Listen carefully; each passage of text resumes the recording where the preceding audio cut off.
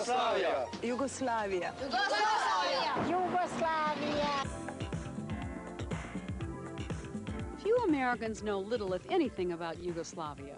One reason is because not many people know where to find it. Actually, it's really quite simple. Just go to Italy and make a right. Yugoslavia. A popular misconception about Yugoslavia is that it is a neighboring country of the Soviet Union. In actuality, it borders 7 European countries, none of them being Russia. A bigger misconception than the location, though, is the country itself. When most Americans think of Yugoslavia, this is not what comes to mind. Or this. Or this.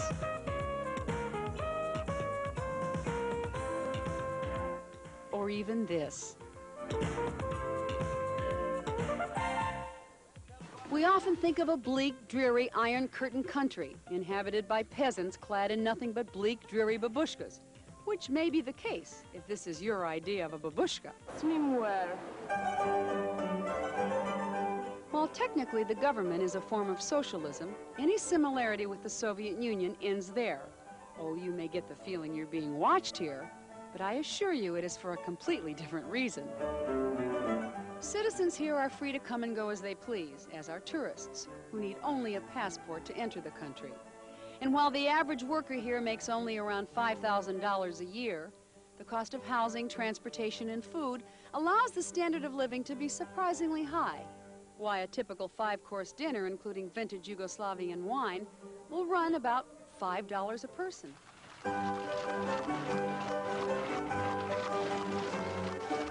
The country itself can best be described as the best of Europe, packed into an area about the size of Wyoming. In it, you'll find the Riviera of France, the casinos of Monte Carlo, the islands of Greece, the countryside of Great Britain, the Alps of Switzerland, and Yugoslavia's own pristine lakes. Combine these all together, and you have the favorite resort destination of millions of European tourists.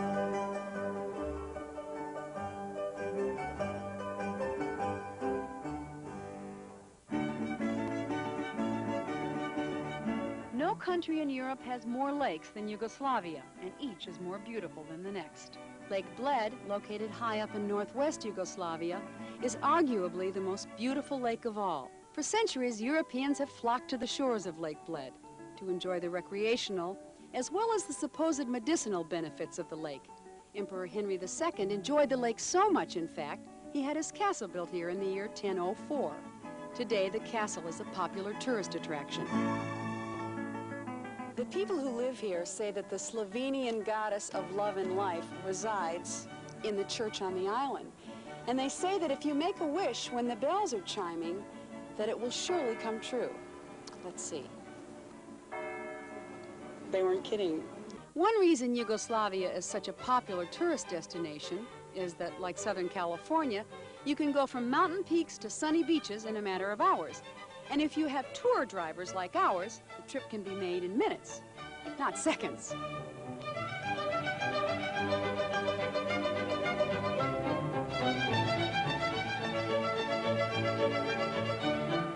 Yugoslavian Riviera really isn't that much different than the French Riviera or the Italian Riviera, except that the beaches here are rocky. They're not sandy. But they do have the sidewalk cafes and shops, and as you can see, people strolling up and down.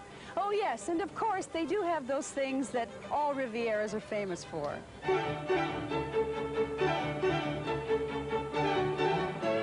The one word which transcends all language barriers is the word bikini, or even the lack of it.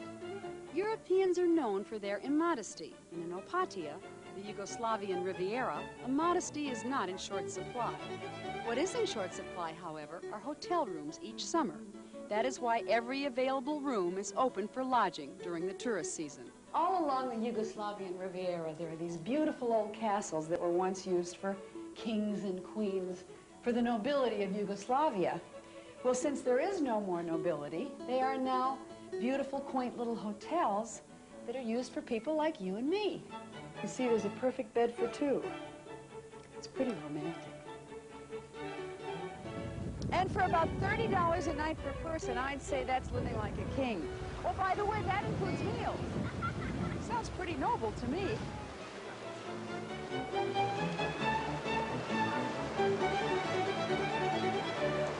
From the beaches during the day to the casinos at night, Opatija leaves little for the tourist to desire. And yet this is but a small part of the treasures Yugoslavia has to offer.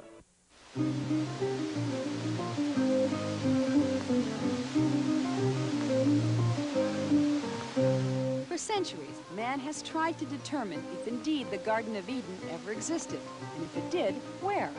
Though Yugoslavia has only been considered a remote possibility, it's hard to imagine a more ideal location than here at Plitvice Lakes, one of the natural wonders of the world.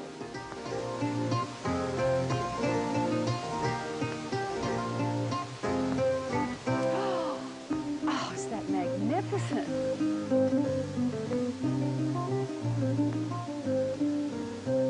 The Plitvice Lakes are comprised of 16 lakes, cascading into one another and ending here at the Veliki Falls. The lakes are located in central Yugoslavia, accessible only by car over hundreds of miles of mountain roads. Still, the park is filled to capacity each summer by tourists willing to brave the mountain roads for a glimpse of Mother Nature at her best. One of the most spectacular things that happens right here under the waterfalls, and one of the most romantic things I can imagine, is that every year on a certain day, couples come here from all over the world and they get married. They get a little wet, but they get married. And that happens every year on May 25th. Are you doing anything May 25th? No, he's not doing anything May 25th. This is the coastal city of Split, Yugoslavia's most popular summer resort. Split is a gathering place for Yugoslavia's most famous artists, like photographer here, Steven Lupino, as well as those still on the verge of discovery. It also is the home for the State Museum of Ivan Majstorović, Yugoslavia's most renowned sculptor and perhaps one of the finest in modern history. Split has been a cultural center for artists like Majstorović ever since the Roman Emperor Diocletian built his palace here in 305 AD. Today, the palace still stands, but instead of one man occupying the spacious dwellings, the palace is now home to 100 families. The cultural tradition, however, remains just as strong as it was some 1,681 years earlier.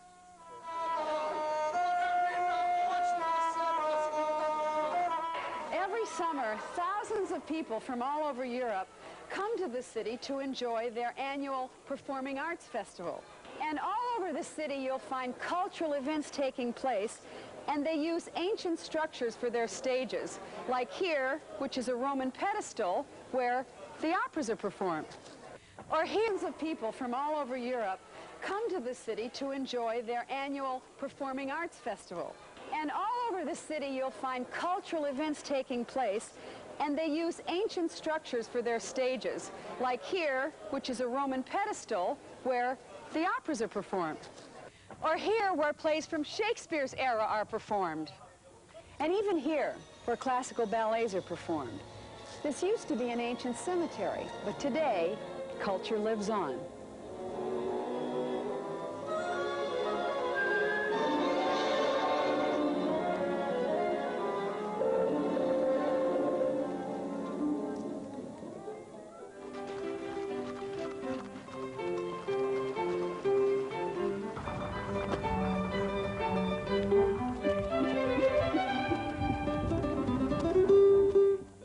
Lipica, home of the famous Lipizzaner stallions, recognized to some as the world's most beautiful horses. The stallions are best known as the horses which perform in Vienna's famous Spanish riding school. But to the tourists who visit Lipica, there's simply another jewel to be found in Europe's hidden treasure.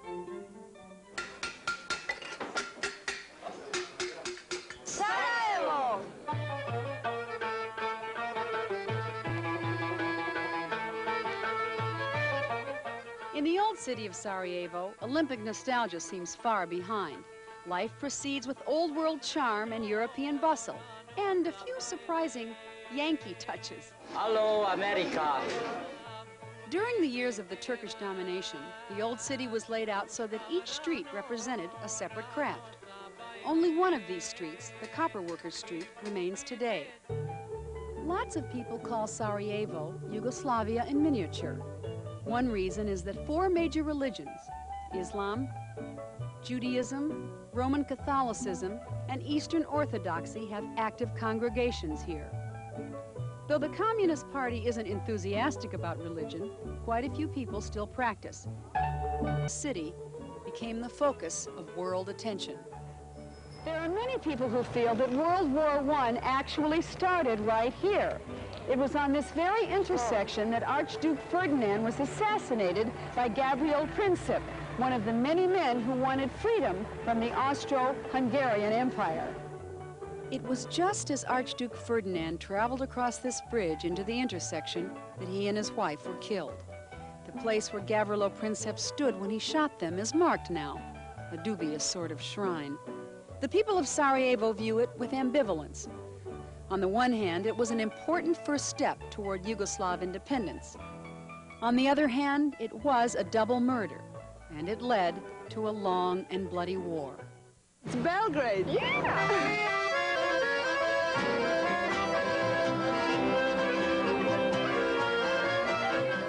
Belgrade is not at all the cold, dank place we might have pictured. At night, the streets in its old Bohemian sector are closed to traffic, and a spirit of fun prevails. By day, the Yugoslavs, well, they take time to smell the roses, and evidence of their sense of humor abounds. For example, this restaurant opened for business a few hundred years ago, right here across from the church. They called themselves, naturally enough, the place across from the church, but the church protested. Well, the restaurant protested back, giving itself no name at all and sporting only a question mark to identify itself.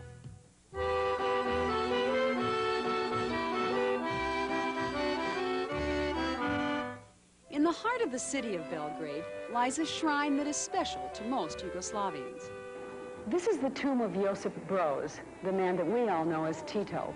He died in 1980, and they buried him here in the building where he had his winter garden.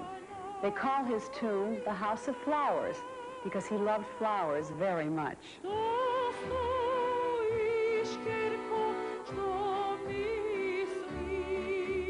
The guard changes here every 15 minutes, and more than 1 million visitors pay their respects each year at the tomb, which is located on the grounds of Tito's former residence.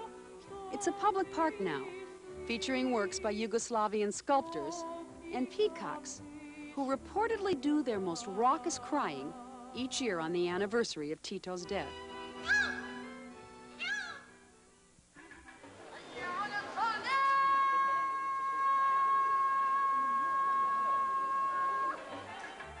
In the small town of Mostar, a Turkish architect left behind a lasting legacy, this lovely bridge. It's leaving dangerous ship. It is the town's centerpiece now, complete with divers who plunge 88 feet into 13 feet of water. But when it was unveiled in 1566, the architect left town forever because he was afraid the bridge would fall down.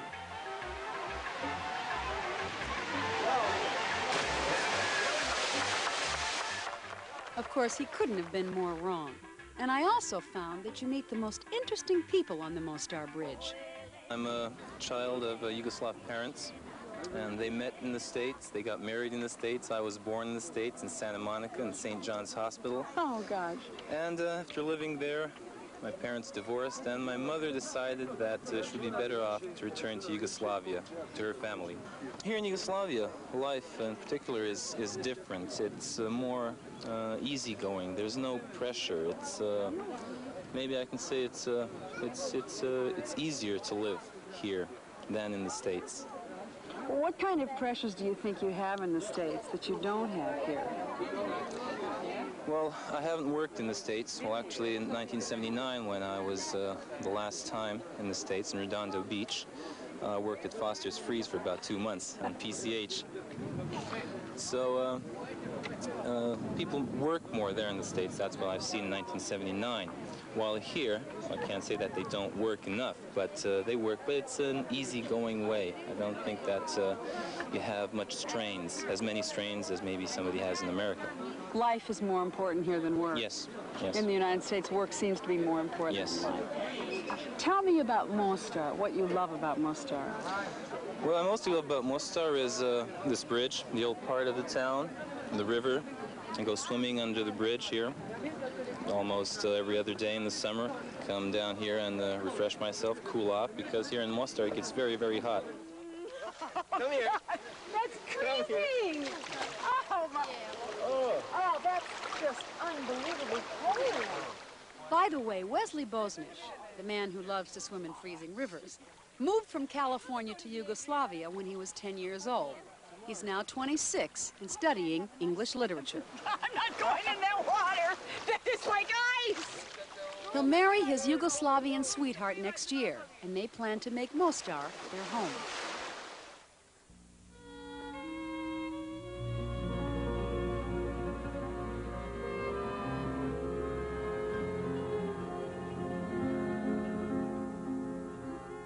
Just south of Dubrovnik is a land of proud people and pure water. Its scenery is naturally spectacular, and its villages hold ancient secrets. Its beaches are wide, its seclusion seductive, and its mountains steep and black. It is the land of Montenegro.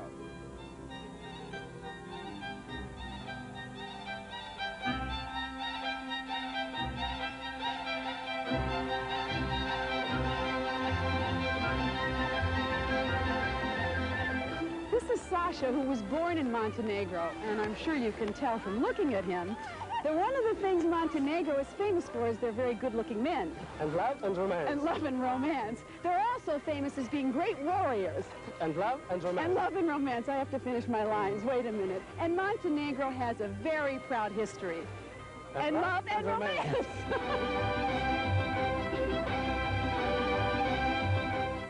In the long history of Montenegro, it has never once been totally conquered. But at the end of World War I, they united with 5 other Slavic states to form the land of the South Slavs, Yugoslavia. Siromah sam druže, nigde nikog nema, samo jednu staru, skršenu gitaru. The story of Sveti Stefan reads like a fairy tale. In the 15th century, a clan of brave Montenegrin warriors did battle with pirates. They overcame the pirates, took their treasure, and they decided to show their gratitude by building this church. They called it St. Stephen, or Sveti Stefan, which, if you haven't guessed already, is how the island got its name. And 500 years later, you can still go to church here on Sundays.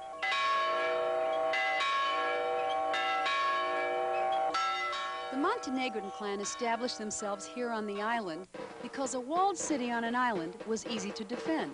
As the population grew, since building space was at a premium, the narrow little streets took quirky turns around intriguing corners, and Sveti Stefan developed an architectural style that is unique.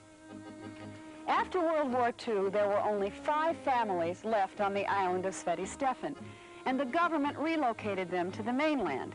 And it was then that Tito decided to build a one-of-a-kind hotel.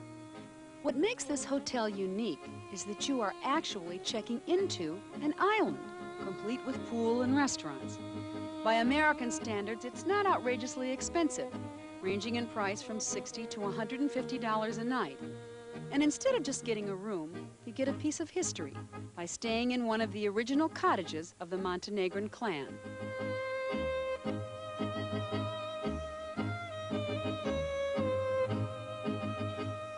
The result is a charmed little circle. It's like checking into a storybook. And I feel a little like Snow White or Cinderella, and that if I closed my eyes, maybe Prince Charming would appear. Ah, good choice. Here's to you, Prince. And here's to Sveti Stefan and Montenegro.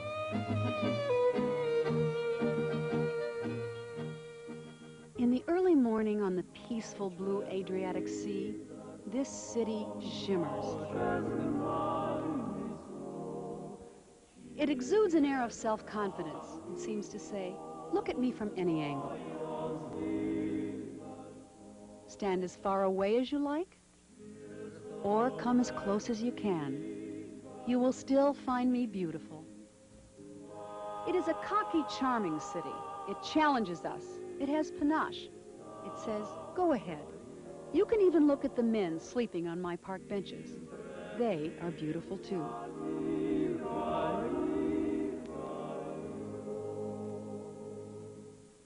My old women are beautiful, and so are my young women. My men are stalwart, and their hair turns an early gray. My children are spirited. My buildings are adorned with style. I am a city that is smart and relaxed and pleased with itself. I am Dubrovnik. Dubrovnik. Welcome to Dubrovnik. I think that this is one of the most beautiful, charming, and unique cities in the entire world, and I can't wait to show you around. Now, pigeons are probably not the thing you thought I'd show you first, but in Dubrovnik, believe it or not, even the pigeons have personality, and they're also very set in their ways. Every day at noon, the pigeons are fed by Vidor. Look at them all. And for years, this has been going on. And the pigeons come every day at noon, and they wait for Vidor to feed them. And when the country goes to daylight savings time, the pigeons get here an hour early. They really do. And it takes them about 2 weeks to adjust. Oh my gosh, I feel like Tippi Hedren and the birds. Thank you, Vidor. Thank you very much. That's my earring. Oh, pigeon feather in my hair. Oh, I'm glad it's only a feather. Okay, we'll go now. Bye. Both the pigeons and 5,000 people live inside the walls of the old city of Dubrovnik. These walls have never once been breached by an enemy, even though Dubrovnik has been ruled by several different empires. That's because the people of Dubrovnik have a talent for diplomacy, and this ability to compromise has lasted right up to the present day. Even today, the restaurants and restaurant owners, well, they know how important tourism is. And so the private citizens and the restaurant owners reached a compromise. This is some compromise. Starting at 11 in the morning, on into the night, one side of the street has to remain clear for the pedestrians and for the people who live here. And the other side is for the sidewalk cafes that the tourists love so much.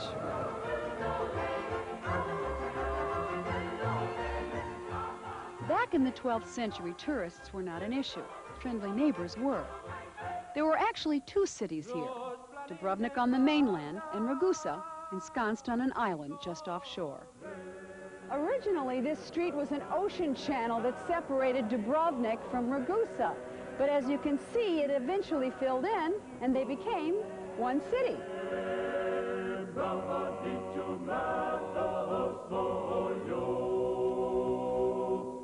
Once the main street was in place in the year 1205, Dubrovnik took on the aspect of a well-laid-out planned community.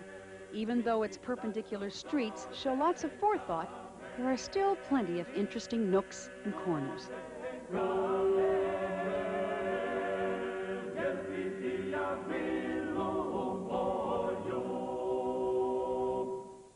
Throughout the old city of Dubrovnik, there are all kinds of doors. They lead into houses, to shops, to restaurants.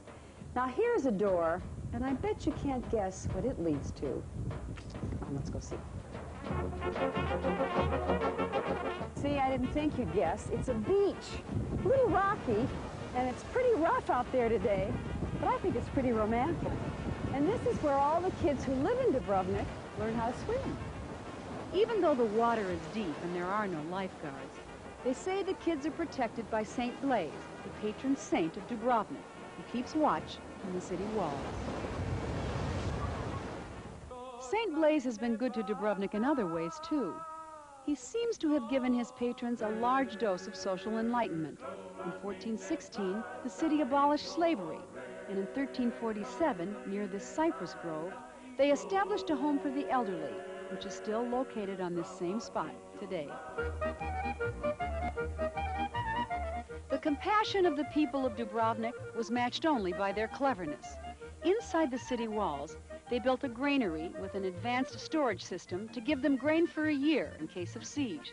And even by the year 1438, they had a permanent water supply. Just outside the walls, they established a lazaretto, where visitors were quarantined before they entered the city. In 1317, the Franciscans opened up one of the first pharmacies in Europe, right here in their cloister. It was so successful that it is still in operation today. Imagine that, a pharmacy that has been open for almost 700 years. Our guide in Dubrovnik was Pava Brajlo, who had also guided Prince Charles when he came on tour. She was born in Dubrovnik, and so were her children, and she's naturally a Dubrovnik partisan. What is it about Dubrovnik that is so wonderful? We all keep it in our hearts. It's part of our tradition, and we are proud of its rich history, of its very smart and intelligent people. Most of the people are embarrassed. When they come for the first time, they touch the stone, and they think it's just an illusion, that it's not, that's artificial. But when they come to realize that it's a real living city with all its people, its life, they are just very, very happy.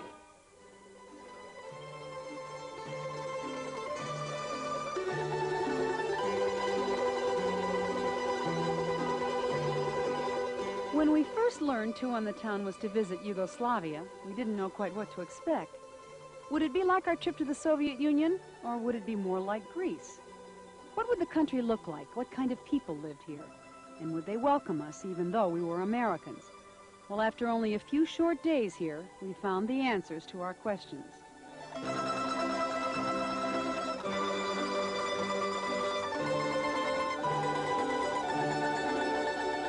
Yugoslavia was like neither the Soviet Union nor Greece. It was a country quite unlike any we had ever seen on Two on the Town.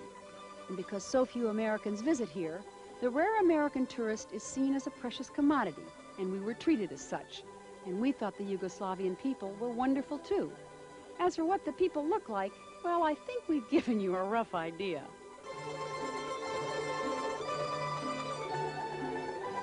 As most of you know, I have traveled all over the world on Two on the Town, and I considered myself pretty knowledgeable about our world. Well, I can't believe that I was so misinformed about the country of Yugoslavia. It's spectacular. And I think most of us have the misconception that it's dull and gray, and certainly not a place we'd want to take a vacation. Well, nothing could be farther from the truth. Although it is a communist country, tourists are free to do just about anything they want to. Especially eat. I've gained 4 pounds already, and it hardly cost me anything. And one of the best ways to get to know people is to travel with them. And we have been traveling with 3 Yugoslavian guides for the past 2 weeks. And I can honestly say that they are people that I would like to have as friends. And the best recommendation is that our entire crew would like someday to come back to Yugoslavia for a vacation. I think that we have discovered a hidden treasure. And thank you for discovering it with me.